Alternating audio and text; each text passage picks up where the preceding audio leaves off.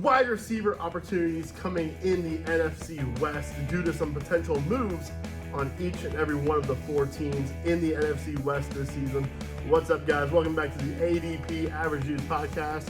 And real quick, I just wanted to get the elephant out of the room here real quick. I'm in Hollywood, Florida. That's the big-ass guitar hotel there that you see sometimes watching like a Dolphins game and stuff. So I'm actually doing this one standing up, so if I'm looking down a lot, my apologies. But, you know, I'm off on the road, paying the bills, you know, working hard, doing all that good stuff. And so I figured, you know, I wanted to stand up and have the hotel out my window there and give you guys a little extra backdrop there. Although this side doesn't quite look so pretty. This side looks like I'm in like a bunker or something. That's a bit concerning. But no, we're here to talk about the NFC West. We're going to kick things off here with the Los Angeles Rams. They've had the big free agent for them, I would say, really is on the offensive side. Again, this is a fantasy podcast, fantasy channel. So we're talking fantasy football players here, quarterbacks, running backs, wide receivers, tight ends.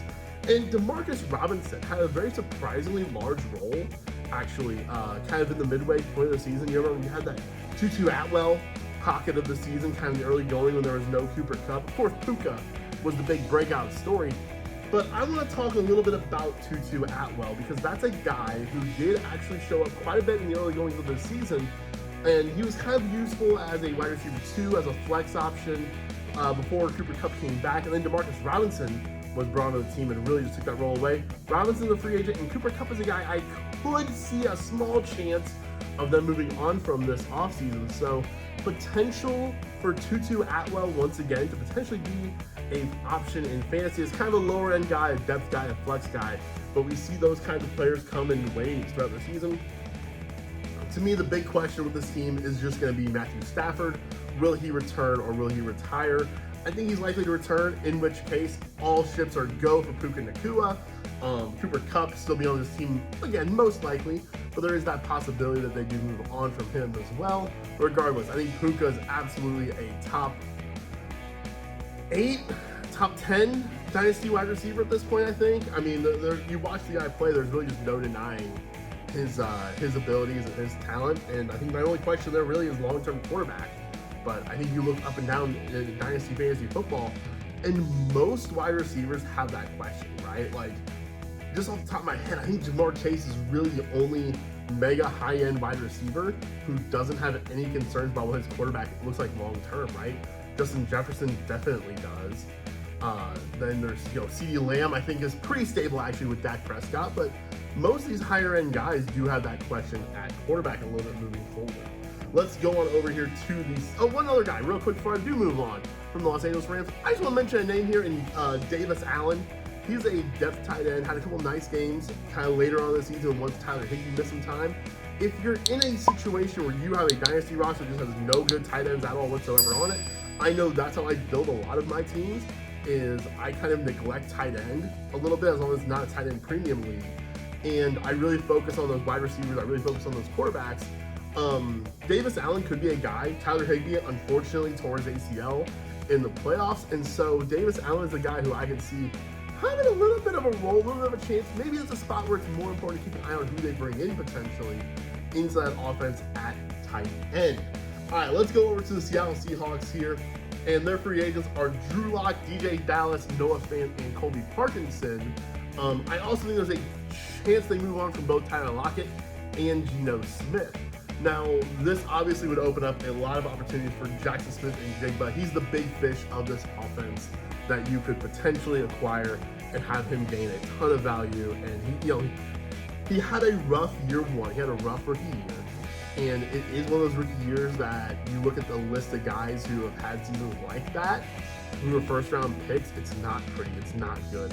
I'm trying to remember the exact stat I saw the other day. If I find it, I'll throw it up on screen here. It was a list of wide receivers who hit the thresholds that, or didn't hit thresholds that JSN also did not hit. And it was like Laquan Treadwell and like guys like that, right, over the course of time. Rashad Perriman, just a bunch of first round busts at wide receiver. And then it was JSN. And so, look, I think you can make excuses to the cows come home about JSN. I think JSN is probably a buy as long as he's cheap.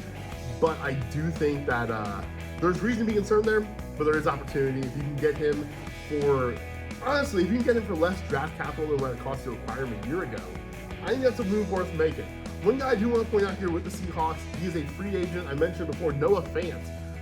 The Seahawks offense, over the entire time under Pete Carroll, never had tight ends be a part of their offense. I think Noah Fant could be a mega buy low here, probably a free agent. He's probably on your waiver wire. And I think that it's a guy to keep an eye on this offseason. Let's see where Noah Fant lines up. And there's a chance that maybe he's a guy that can fall into some opportunity. I still think he is a pretty talented tight end, a decent player. I don't think he just became a complete nothing as a player by going to Seattle. I think that was kind of a situation and a bit of a scheme thing there.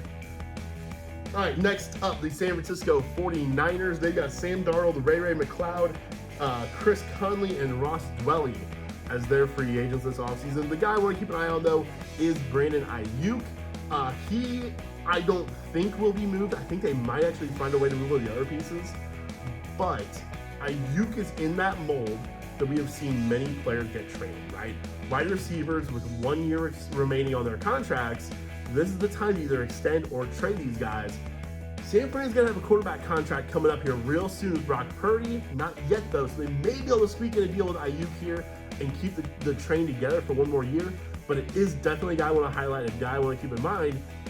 To me, the best case scenario for Brandon Aiyuk is that he goes to a team who hires a former 49ers coach or already has a former 49ers coach on their staff, right? Like, my best case scenario, I think, is he goes to Houston and teams back up with Bobby Slowick.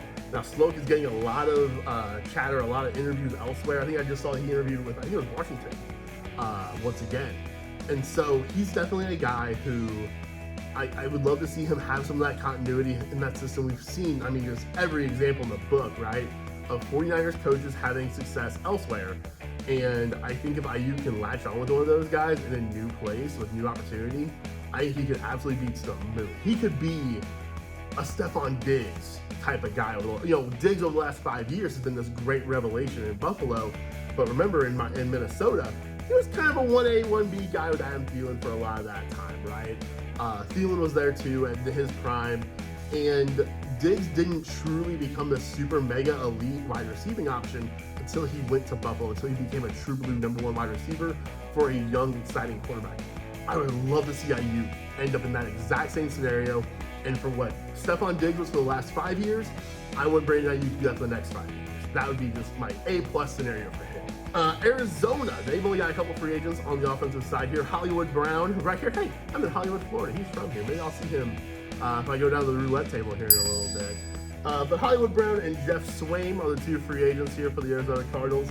They do have some guys they can move on from in the backfield. I think both James Conner and Michael Carter for sure could be off this roster. Conner, it would save him some money. He's been really good in his, I believe, about 3 years in Arizona. And he's a guy, though, at that age, a running back, save $5 million. I could totally see him doing that. And so I'm going to highlight Emari Demercado as a guy here that could get some real opportunity in this offseason.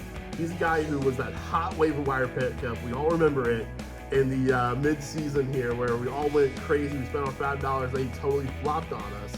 He then went on to have a couple of nice little games for the rest of the season.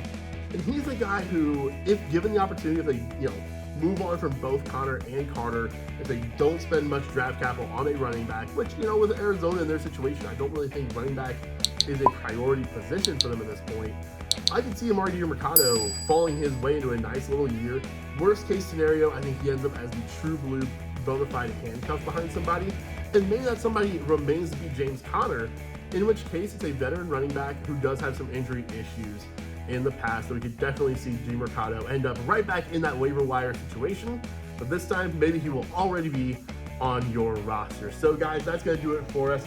Oh, no, it's not. I want to talk about Michael Wilson, of course. Who doesn't love Michael Wilson? Exciting rookie.